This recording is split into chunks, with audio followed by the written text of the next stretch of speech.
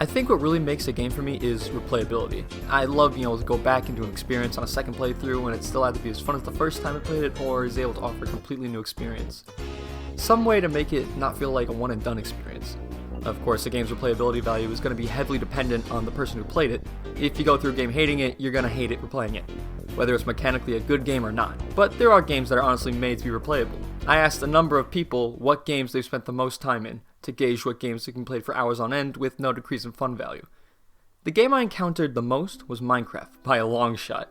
This makes perfect sense after all, a game with no definite goal taking place in a world completely unique to you. It's almost a perfect recipe for success.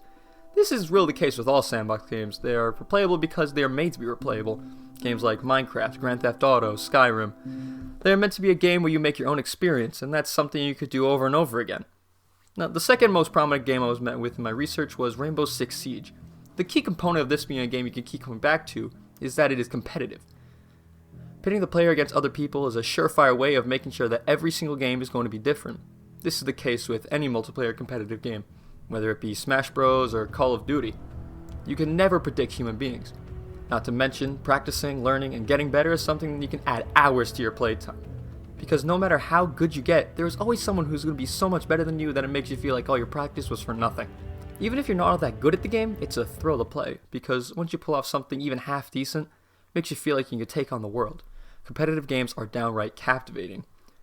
Games with class systems are a great way of making sure that subsequent playthroughs of the same game can be extremely different from the last. A lot of role-playing games utilize this mechanic. You got stuff like Archer, Knight, Big Guy with a Hammer, all the classics. And each one plays differently, and interacts differently with the world around them. Terraria is a game that mixes the class system into the sandbox genre beautifully. You handle combat completely differently, depending on what items and weapons you have equipped. You ever feel like a boss fight is getting bland? Just pop in a weapon and armor set designed for range damage, or magic damage, or summon damage. Honestly, the possibilities are endless. Almost every single-player game ever made has a difficulty system, a function which allows casual players to play the game at their speed, and more hardcore players to experience the full force of the game. In a lot of cases, a different difficulty makes you play the game completely differently. Take Halo Combat Evolved, for example. On normal mode, you can pretty much play how we want to play. But on Legendary, if you play the game without a plasma pistol or plasma rifle, yeah, good luck, man. It's the same case in all games. On easy mode, you blast through people like a badass. No one could possibly stop you. On hard mode, you are an insignificant mouse, and you will die over and over and over. A game doesn't have to be in one of these categories to be replayable, of course. Like I said before, the bottom line, replayability is dependent on the type of games you like, and the experience you have with them.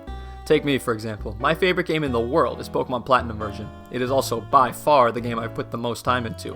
When you think about it, you're like, seriously? How many times can you play a Pokemon game? It's the same linear story every single playthrough. And you're absolutely right. There are no branching pathways. There are side quests, but not nearly grandeur enough to make playing through again really worth it. Why do I play this game so much? It's just because I like the damn game. It's probably some deep-rooted seed of nostalgia in my brain, but every time I play, it feels like it's just as fun as the first time. For me, using a different Pokemon team is enough to make the game seem unique from the last time I played it. It doesn't really help that I've been a Pokemon fan for like 10 years either. Point is that I have fun every time I play, so it's replayable. Once in a while, I like to pop MCC back in, have fun for a few games, and turn it off. It's replayable. Maybe like once a year, I load up Super Mario 64 and screw around in Whomp's Fortress for like 10 minutes. I have fun. It's replayable. Replayability is able to be manufactured, but at its core, it's completely reliant on your perception of the game, what you did while playing it. Maybe when you played Grand Theft Auto, you didn't even play the game, you just ran around killing civilians the whole time.